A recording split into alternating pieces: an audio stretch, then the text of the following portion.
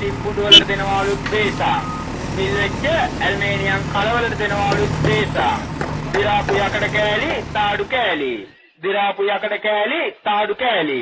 පරණ හට්ටි මුට්ටි. ප්ලාස්ටික් කුඩු වලට දෙනවලු බේසා. මිල් වෙච්ච ඇල්මේනියම් කලවලට දෙනවලු බේසා. දිරාපු යකඩ කෑලි, තාඩු කෑලි. දිරාපු යකඩ කෑලි, තාඩු කෑලි.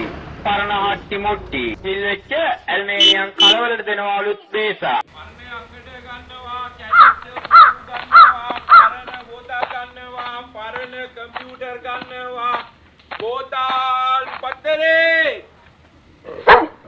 මාත්‍යා. පරණ බෝතල් නෙමෙයි තියනවද? පරණ යකඩ ඇල්මීනියම් තඹ ඕන එකක් ගන්නවා. මේ කතාව අහගන්න බොරු මර්සි දාන්න එපා. හරිද? ඔයාලා දාන මර්සි මට තේරෙනවා. තේරෙනවද?